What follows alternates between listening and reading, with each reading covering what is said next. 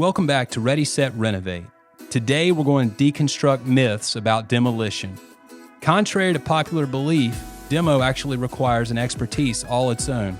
We'll talk strategy, salvaging, and safety.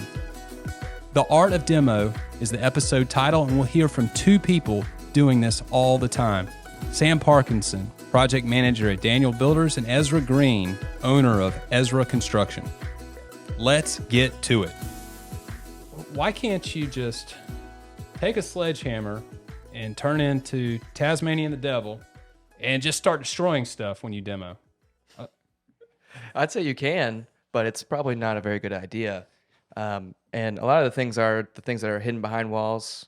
You know, those are considerations when, going to take something out, because you have plumbing, electrical, and other unknown things behind those walls that were put in before the drywall. Not only that, but now a lot of walls are there for a reason, and they're there to hold up structures. And if you start taking out structural walls, then the next thing you know, you could be looking at some major issues to deal with after that. Ezra, have you ever worked in a home that was poorly demoed and you have to come in with your framing crew and try to make it look nice or try to make it work, even if it wasn't well demoed to start with? It's not a clean slate. Oh yeah, absolutely. So a lot of the things that we've had to deal with would be, a homeowner looked at a wall and said, "Oh, I don't like that wall there. I'm going to get rid of it." So they get rid of it, and then we show up, whether it's a few months later, a year later, a couple years later, and they've got this massive roof sag, and the ceiling joists are sagging 6 inches, and we come in there and have to get in jacks and jack everything up and put in a proper beam. Because a lot of people don't see, obviously what's underneath the sheetrock. We've got a lot of structural things. We're holding up roof systems. We're holding up, and these roof systems are heavy, especially with shingle roofs, and, there's a lot of heavy load points. So it's interesting. Also, just talking about taking a sledgehammer, I had a really zealous new guy that started working for me, and he was just ready to get after it. And so one of his first projects was a demo project. And that's exactly what he thought. He got in there, and I thought I could turn him loose. I kind of said, "Hey, we're taking this down. Let's take down the roof, then we're going to take down the walls." Well, he thought it'd be a good idea just to take the walls down. So he got his sledgehammer and just started knocking walls. Before he knew it, the roof almost completely caved on. Oh, no. Thankfully, nobody was hurt, and we had to have a sit-down conversation. I think it makes sense. We can't take the walls out with taking the roof down first, but there is a process, and it is an art. And so I think I love the title of the podcast, because I think it's really going to help some people understand it, and as we dive into it. Among many things, Sam wears the hat of being the safety manager at Daniel Builders. Sam, can you tell us what potential injuries could happen through the course of demolition? Yeah, well, for anyone who's not wearing their proper PPE when doing demolition, I mean, it just is, it's an infinite amount of things you could do, whether it's eye damage or, a broken bone or something like that. So proper PPE is super important when we're talking about doing any kind of demolition. So before we start any job, we make sure that we have all of that proper stuff on site, because typically what we've discovered is that if it's there, people are a lot more likely to use it, as opposed to making the excuse of it not being there and not accessible. So we try to make sure that it's there.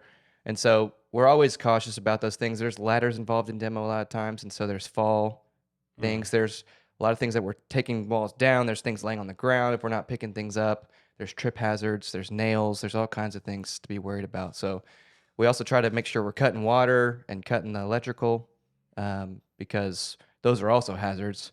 The plumbing is probably more of a hazard to your house than it is to you, but the electrical is definitely something that can become a problem if we're just hacking into walls and running sawzalls through studs, and that could light up your day pretty quick. So getting the safety piece in place is critical. You have to be safe. I mean, no renovation is worth damage to your health. That's true. And so getting that squared away is vital. Once you got that, what is the strategy you put in place? So you told the story of a overzealous new hire. When you sat down with them, what was the strategy that you kind of coached them through? Okay, when we demo, we have to check a few boxes. Can you go through what those boxes are? Well, yeah, and just going back to the safety part, demo is one of the most dangerous things that I do. So we build houses ground up, no problem. All right, we're do a lot of structural work. We do a lot of beam work. But whenever it comes to demo, it is one of the most dangerous things. And I've found that there's been more injuries on the job sites, nothing serious, but a lot of small injuries happen often just because of careless demo. Because we are dealing with, you're pulling out a wall, you're pulling down roots, ceiling joists, you're cutting things loose. And sometimes you're cutting one board loose thinking it's going to fall, and you actually create a chain of events and other things happen that you weren't expecting. So it is super critical. And even demoing one part of the house, I remember one case we were demoing in a whole house, and someone was demoing on the inside and pushed a wall, and it made the brick fall on the outside of the house. There's just so many things you really need to be aware of, and you need to look at the whole picture when you're demoing. But whenever I sat down my guy, I kind of told him I thought some of this stuff was really evident, but it wasn't to him. And I had to explain, right, listen, demo's serious. It's not just let's go have a fun time, because young guys think that demo is fun. They're like, yeah, let's demo, Destroy stuff. It's demo day. Let's get after it. And I get that. There's something exciting about, you're cleaning an area up, you're tearing something down, you're opening up walls. There's something exciting about that. And so we love to see it. But at the same time, we have to be prepared, and proper preparation is just key in this. So, like Sam was saying, electrical and water. First things we're going to do, we're going to take, a sniffer or checker. We're going to check all electrical, make sure it's off. We're going to shut it off at the main breaker, and it's not going to be a factor. All right. So we're going to take that. And we're also going to take other precautions. Once we turn it off before we start, we're also going to check it again if somebody's going to cut a wire, and then we're going to cap all those wires. Cause also, you can cut wires and leave them exposed. Someone turns the breaker on, you've got exposed wires, which is dangerous for the next guy coming in. So we've got to be careful with that. But, I sat him down and we just had a conversation about, listen, this is serious. Let's think about it. All right, what's the process? Just like there's a process for building something, there's a process for taking it apart. And that's what's really critical to think about. And so whenever I go into that project with demoing, the art of demoing, let's create a process. All right. There's, you've got sheetrocks. You can't take out the studs first. All right. There's a process. We're going to take all the trim off, take out all the doors. We're going to take out everything we're going to salvage. We're going to take out all the sheetrock and expose what's there. We're going to assess the framing and look at what's the load points, what are the heavy parts, what can we take out now to kind of open the area up that's not going to create any issues with the structure, but expose stuff. And so that's what we're doing, exposing it and then taking out what we can, properly bracing what's there that needs to be braced, and then taking out what we want to, and then replacing it. In that explanation, you mentioned salvaging certain things. What would be some of the things that are worth salvaging when you go into demo? Things that you could take to restore, Habitat for Humanity, the restore, and someone could find useful before you destroy. Yeah, so for us, a lot of those things are predetermined in our scope of work. So sometimes we go into a house and homeowners are they have this special piece or this fixture that's been in their family that they want us to salvage. And so those are the first things that come out, are those pieces that are attached to walls, they're involved in the electrical or whatever. We're going to pull those out first and very carefully, and then we're going to save those. And then other times, some of the things that we might be saving might be structural components that we can take out. Sometimes 2x4s are always resalvageable. That's interesting. So you, just because it's a stud in the wall and it's coming out, it still can be used again. Yeah, possibly. So sometimes, efficiency plays a role in how much we keep when it comes to that, because we still want to be able to get things done quickly. But there's a lot of times that we end up reusing structural components inside houses as well. But as far as other things that we can salvage, that aren't necessarily predetermined by our scope of work or the homeowner's trying to keep, a lot of times we do end up donating items, whether that's old shutters or blinds or doors, trims, sometimes windows, things that homeowners don't really care for reusing again, but we also don't necessarily want to throw them in the dumpster. And so we'll take those things to Habitat for Humanity or a place like that, someplace local. So a couple things that I often will just look at and try to save, especially if you're doing a historic restoration, and I've done a couple, whenever you get into these old trims. So you've got the trim package, which you'll have, baseboard, cove mold, crown molding, the back band, the casing. These things aren't in production anymore. And so to go to a lumber yard and say, hey, can you custom make this, is extremely expensive. And just by taking out a wall, you can salvage all that, the baseboard, the crown molding, and reuse that in the house so that you're not going and having custom trim made. So those things need to be determined right off. Hey, this is custom. This is old growth lumber. It's really, really nice lumber. And if we can properly remove it without destroying it, we can reuse that. And then a lot of things, another thing that I save is often is cabinetry. You know, a lot of people want to, if they want a kitchen reno, they're tearing out all the cabinets. Some people throw them away. I mean, Habitat for Humanity is great.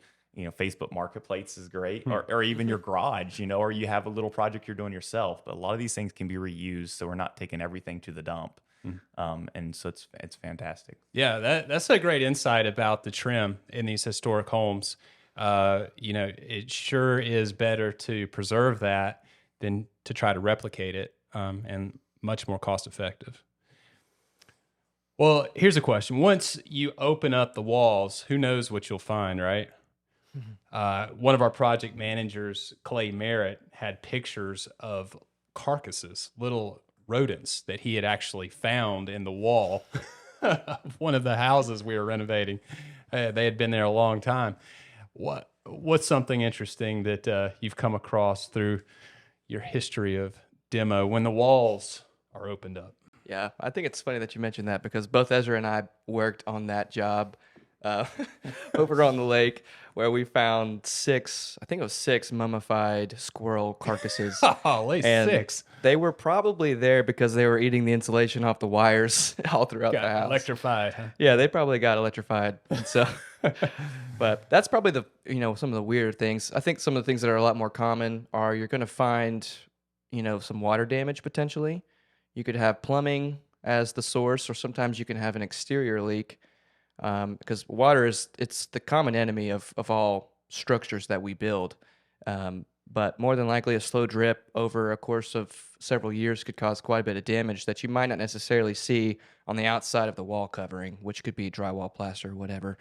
And so that's something we find quite often. Another thing is you might find some, sketchy electrical. That's in that particular house, that example we talked about, there was a lot of junctions in the walls that were not in boxes, and, up to today's code, you can't have any junction inside the wall that you can't see or, affect later. So that's something that we often find as well. Outdated wiring. Outdated wiring, fire hazards, things like that.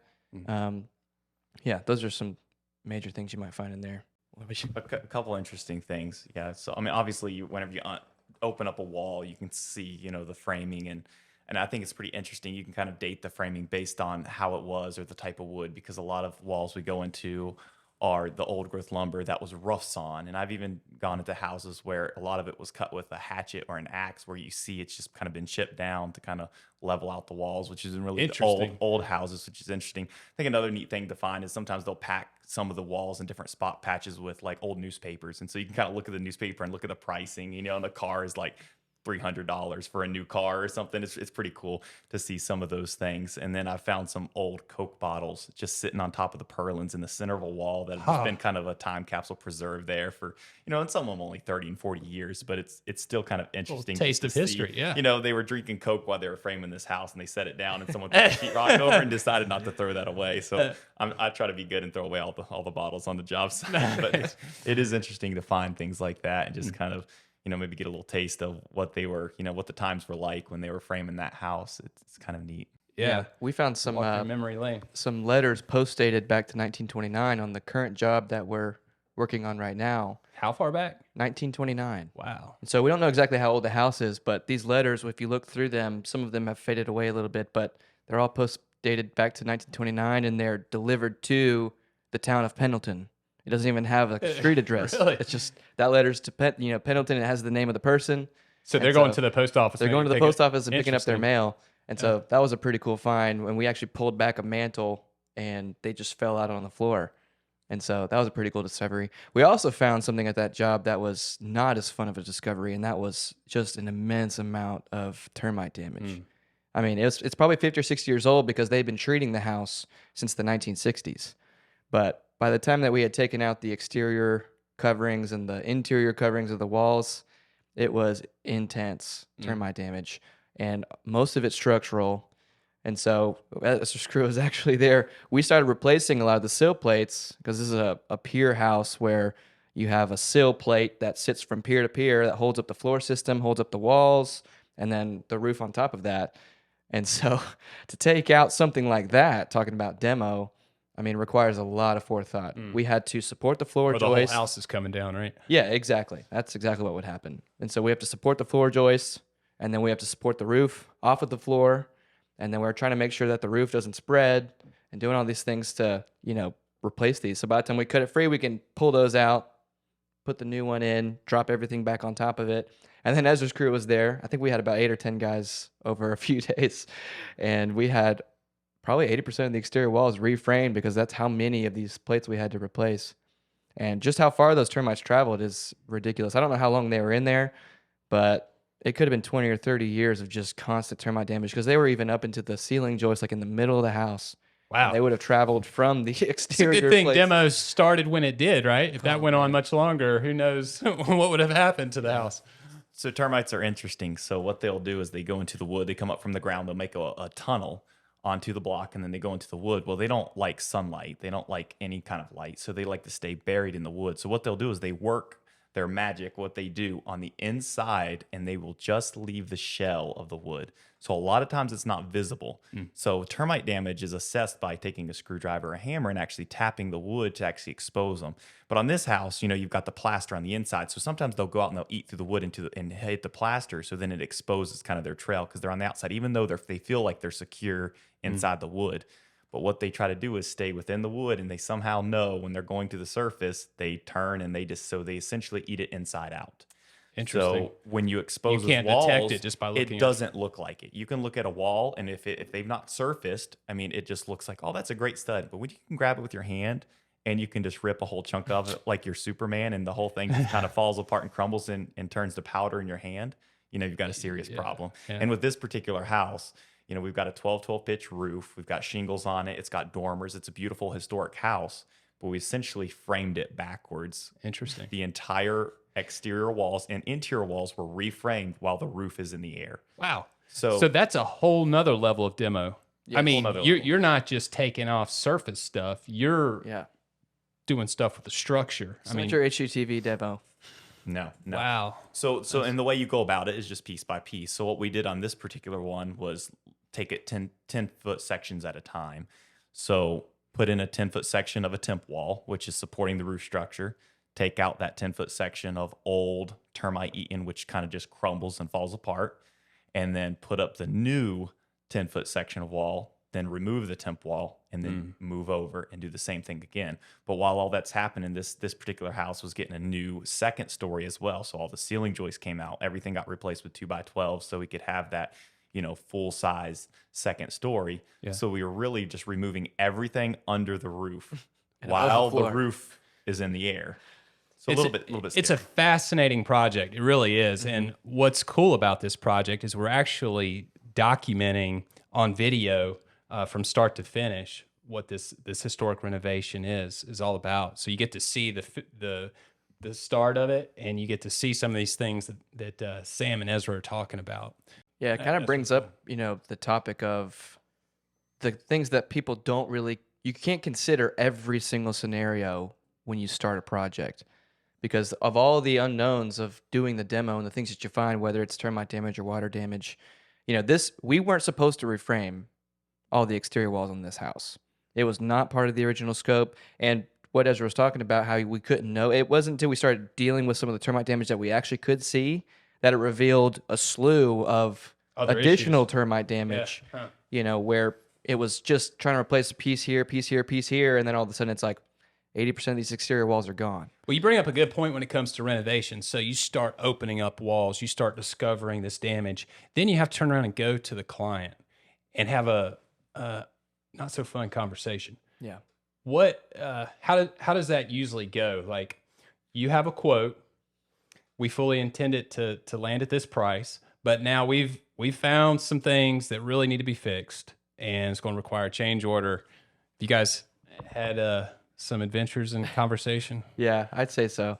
I think proper expectations in the beginning are probably the most important thing. When it 'Cause comes if- to a renovation. Yeah, if somebody has no idea that something like that's a possibility, then it's going to hurt a lot more when we have that conversation. And so if somebody's prepared and they know it might happen and your project manager or whoever it is you're dealing with is helping prepare you for what we may find, I think it lands a little easier. It's also really important to just be thinking of a number that's, as a contingency when you're probably stepping into a job like this. It might not even be within the agreement, because a lot of times we have contingencies in ours in order to account for things that we can't necessarily account for. But I think for a homeowner, it might be a good idea to be thinking of this final number might not necessarily be it, because we're tearing out all these walls and there's no telling what we might find. I might need to prepare myself There's for just a something bunch of else that may unknowns. come up. There's a Yeah. bunch of unknowns. And so I think that is, a really good idea. But it's also, it's approaching the homeowner and just communicating effectively, I think. And just being straightforward. Try not to beat around the bush, you know. And I think if you have a homeowner that, understands the process, has proper expectations, that it's typically well received. It's not always a great thing to hear. Mhm. No one wants to have to spend more money on something they weren't planning on spending more money on. But they But realize the issue. yeah, at and hand. it can also be, framed as it's making the structure better. Yeah. Because what we're doing after this house, it's going to help it live another 100 years. Yeah. It's not that we're just dealing with this problem. It's that we're making this historic home last much longer. Yeah. It sucks. It hurts now, but it's going to It's going to pay off. It's going to pay off. Yeah. No, that's good. That's really good. Ezra, what is a reasonable expectation if you're demoing, say, a whole house, 2,500 square foot house? What is a reasonable expectation for the time it should take to demo that? Assuming you don't have to go through the process that we're going through in this Pendleton home, where you have to get the studs out too, just a typical demo. Are we talking just the surface, essentially taking down everything to studs?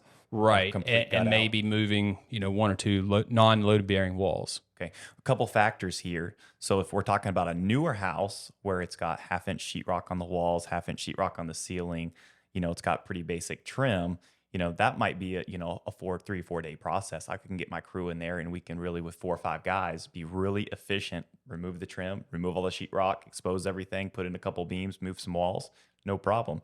I'm actually on one currently in downtown Greenville here. And this is an old home. I don't know when it was built, probably in the early 1900s. You've got asbestos siding on the outside, so you got to pull in a team for that. It's a whole just to nother make sure, issue, right? With Make the sure asbestos. that's taken care of in the proper way. And then on the inside, everything is lathed with plaster, and this is the old school plaster. I mean, we're talking 1 inch thick of concrete walls and ceiling everywhere. And so whenever you're dealing with that, it's a totally different thing. And that's also, you've got way more nails to deal with. It's concrete, it's heavy. And then whenever you deal with older homes, the bathrooms were done totally different as well. They were typically framed much lower with a thick mud set. We're talking, a metal lath with anywhere from 3 to 7 inches of concrete in the floor and also on the walls. And so then you have to deal with that. Yeah. So like we're talking about the unknowns, but a lot of it depends on the time frame when that house was built. And then what the means were of that builder or the homeowner, if they wanted to go all out back then and have that nice custom home with the heavy duty showers, they're a lot harder for us to get out now, and Sure. it just takes a lot more time and just the amount of weight. Because if you think about demoing the sheetrock, which is a lighter weight product, so you could fill up a dumpster with a whole house and hey, have it out here. But when we're talking about plaster, which is a concrete product, you could fill a dumpster up, but the dumpster company's not going to be able to move it, and they're going to get really upset when you fill a stuff's heavy. 40-yard dumpster, 30-yard dumpster with plaster or concrete Yeah. because they can't pick it up anymore. Yeah. And I've actually had some dumpsters actually sink through asphalt and not be able to be. We have had to unload them into another one. Then it's a whole nother mess. So you got to be careful what you're demoing, how much it weighs, and then by loading the dumpsters. And so, but if we're talking a typical 2,500 square foot house, most of the time, whenever we're doing a complete remodel, it's because it's old. So we're going to be dealing with some of the plaster, those older materials that were used that are really heavy. So we have to consider that. But a week would really give me a time with 4 to 5 guys to really get in the house, gut it out, assess what's there, and then potentially another week to get in, do structural framing, make the repairs needed. So really you can get in just on the framing part. Now the rest of it takes time, but on the framing side, we can get in there in a couple weeks and really make a lot of headway. A lot of that's about a very extensive renovation. The one that he's describing, full house. Things change a lot when we're talking about just a simple bathroom or a kitchen. At Daniel Builders, we do those kind of things a lot. We're just going in and we're dealing with the kitchen. And so when we do that, it doesn't take probably as long. We could be looking at a day, maybe 2, to get everything demoed out. And then depending on what we're going back with, that might determine if we have to move anything structurally or anything like that. But another thing that brings up is containment. Because when it's not a whole house, then what we're actually looking at is, especially if a homeowner's still living there. A lot of times we have projects where that is the case. We want to contain that space so that their entire house doesn't become. They don't want dust and debris demolition flowing through project. their house. Yes, exactly, because there's a lot of health factors with that. But, we end up coming in and we will set up containment areas to where we're refined to our specific space. And ideally, you have a door very close, but then you're also setting up dust walls. You're trying to create negative air space so that you have air coming in and then that dust blowing out of the house as opposed to competing with the HVAC system. And so those are a lot of things that we do. And if you're trying to save floors, those kind of things, we're putting in floor protection. And so that's another factor. It's just, not every house that we do is a full renovation project. When it is, it's not as much to consider, but when homeowners are there, we have to contain everything that's there. This has been a great overview of demo, and it's important because once demo begins, you kind of pass the point of no return, right? You can't, you're committed at that point. So giving it forethought, making sure you have a professional that's knowing what they know what they're doing is vital.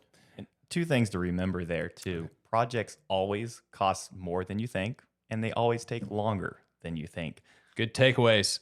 Always. So the cost is going to be higher, and the time is going to be longer. And that's just the way construction goes, because we always, we like to be optimistic, and I think we just like that by nature.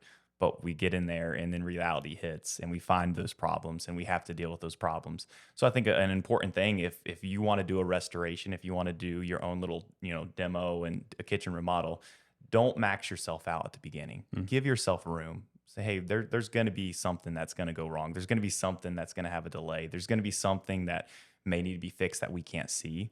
So don't push yourself to, you've maxed your budget out. You're right at the end, because that is going to create a lot of stress, a lot of pressure when you open the floor and you've got termites and they've eaten all your floor joist. And you don't have the money to do that part, but you have everything allocated for the rest of the project, but everything's contingent upon that. There's some renovation wisdom right there from Ezra. Well, guys, I appreciate you joining us today for episode 3, The Art of Demo. We got some good information. Obviously, if we can be a resource to you going forward, happy to. The key takeaway is be safe. Definitely not worth getting hurt over demo. Thank you guys for being with us. Yeah, thanks for having me. Thanks so much. We're delighted you tuned in for today's episode of Ready, Set, Renovate, your guide design build resource. Are you ready for your home to undergo a transformation? We'd love to talk to you about it. Visit us at danielbuilders.com and tell us about the home renovation you envision. In the meantime, subscribe to Ready, Set, Renovate, and we'll keep the renovation inspiration coming.